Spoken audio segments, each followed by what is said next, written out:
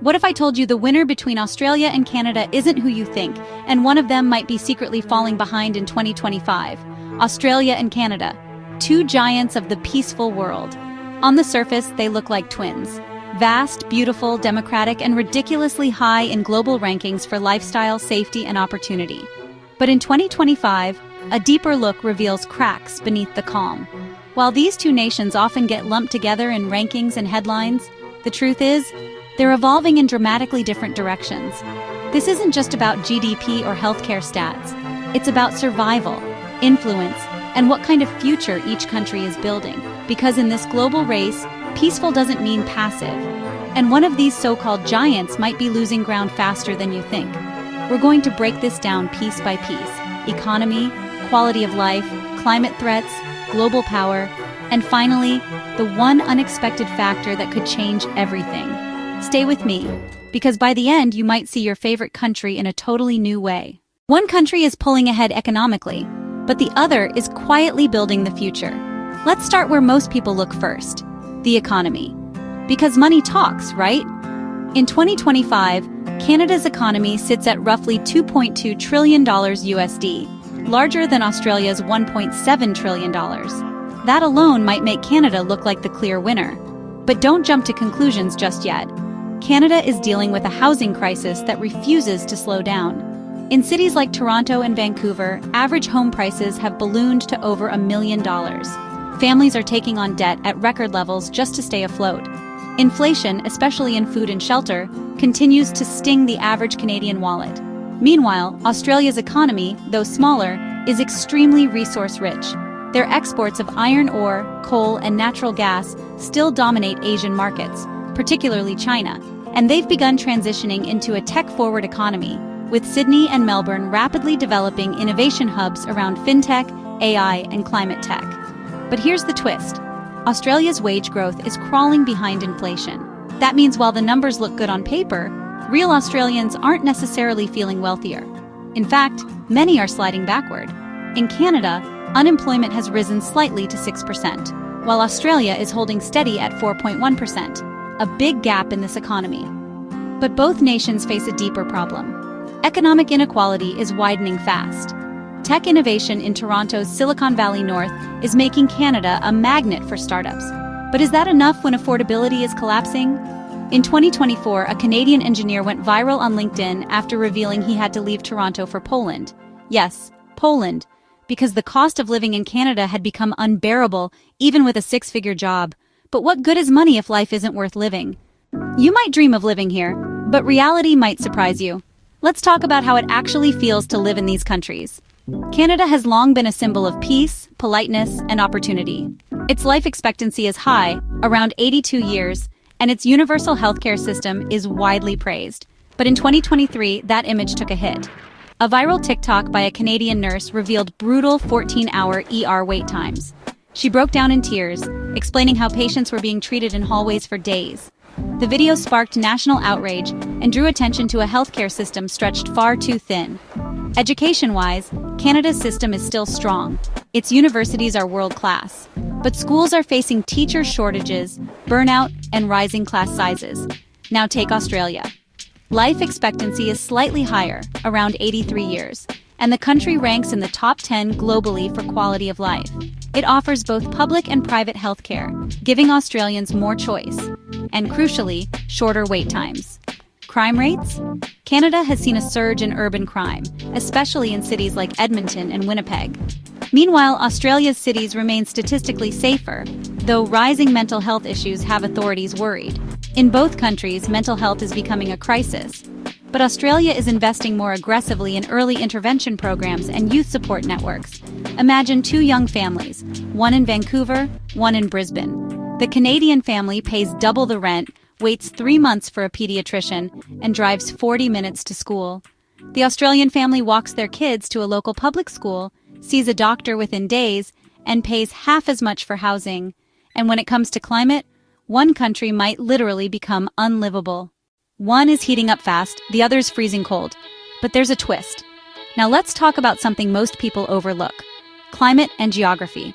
Because while Australia and Canada both offer incredible natural beauty, their environments are facing totally different battles. In Australia, 2025 is already shaping up to be brutal. Bushfire season is starting earlier. The average temperature in some regions has increased by more than 1.5 degrees Celsius. And in the outback, it's pushing 50 degrees Celsius during peak heat waves. Whole communities are being displaced by extreme weather. And remember Black Summer in 2019?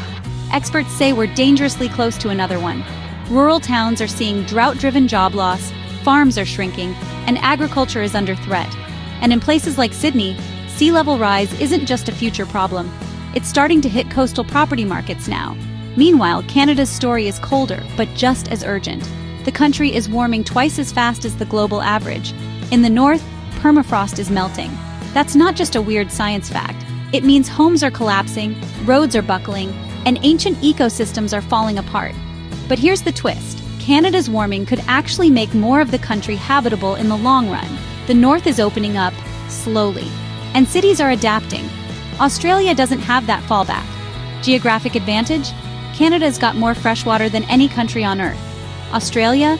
It's the driest inhabited continent. But it's not all doom. Australia is punching back with solar power, aggressively.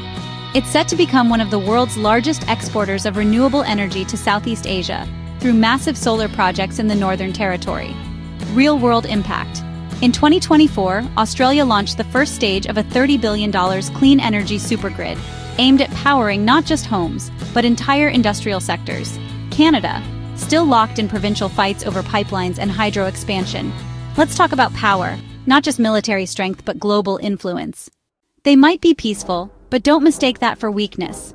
Canada and Australia are known for peacekeeping, diplomacy, and global cooperation. But in today's world, soft power and defense spending matter more than ever. Let's start with Australia. They've ramped up military spending dramatically, now sitting at around $45 billion annually. Why? Because of China. Australia is right in the middle of rising tensions in the Indo-Pacific, and they're not taking chances. They're part of AUKUS, a defense pact with the US and UK that includes sharing nuclear submarine tech. That's a serious military alliance, and a clear message to Beijing. Now Canada spends less, roughly $30 billion. And while they're part of NATO, their global defense presence is more passive. They focus on Arctic sovereignty, cybersecurity, and peacekeeping missions, not offensive power. But here's the surprise. When you look at military spending per capita, Australia nearly doubles Canada. That's not just about war. It's about readiness and how seriously a country takes its future role in global power shifts. But global influence isn't just missiles and tanks. Let's talk soft power. Canada dominates in culture. Think about the global reach of Canadian artists. Drake, The Weeknd, Ryan Reynolds, Celine Dion. Add to that top universities, immigration friendliness, and its identity as a global mediator. Australia, on the other hand, is investing in film, sports, and tech culture. In 2025, the government launched a major campaign to turn Melbourne into the Hollywood of the Pacific. Streaming giants are pouring millions into Australian productions. Diplomatically, Canada still holds more global sway, but Australia is catching up fast, particularly with its Asia-Pacific neighbors. But here's what no one tells you, the category that really decides the future. Here's the truth. It's not GDP or missiles that matter most. It's this. Who's attracting the next generation? This is where everything changes. Forget the economy, forget defense. The real currency of the future is people, specifically young people. And both Australia and Canada know it. Let's start with immigration. Canada has one of the most open and progressive immigration systems in the world. In 2024, they set a record with over 500,000 new permanent residents. Most of them were under 35. That's not just population growth, it's economic fuel. But there's a catch. Many immigrants are leaving within 5 years due to high housing costs, job mismatches, and cultural barriers. Australia, meanwhile, has quietly overhauled its immigration pipeline. In 2025, it launched a fast-track visa for STEM professionals under 30, cutting processing times from 9 months to 3 weeks. The result? A surge of skilled workers from India, Indonesia, and Vietnam. Exactly the regions where Australia wants stronger influence. But beyond policy, what are young people choosing? According to a 2025 Global Gen Z Migration Report, Australia ranked higher in desirability for lifestyle, weather, and safety. Canada still dominated in education and career opportunities, but scored lower on affordability. And here's the kicker. youth brain drain is starting to hit Canada. In the past 2 years, more Canadian graduates have left for Europe, Australia, and even Asia due to rising living costs and poor job markets in their fields. In 2024, a Canadian tech graduate with a master's in AI shared a post on X that said, "I got more interviews in Sydney in 1 week than I did in Toronto in 3 months."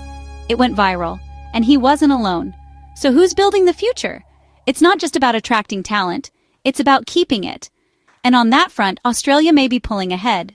So, Australia or Canada? The numbers are close. Both countries are powerhouses in their own right. Canada wins on education, cultural reach, and diplomacy. Australia leads on climate action, safety, and future readiness. But if the question is, which country is better positioned for the next 10 years? Then the answer might not be what you expected. Australia, the underdog in GDP and influence, might be building a quieter, smarter future, one that isn't just about size, but sustainability and strategy. Canada, for all its strengths, is facing internal cracks that could define its next decade. Comment below, where would you rather live in 2025? Smash that like button if this changed your view. And subscribe for more real-world battles between the world's rising powers.